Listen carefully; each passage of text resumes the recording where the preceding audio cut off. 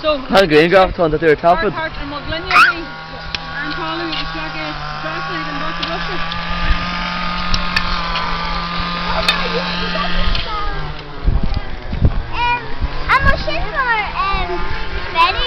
Yeah, top of.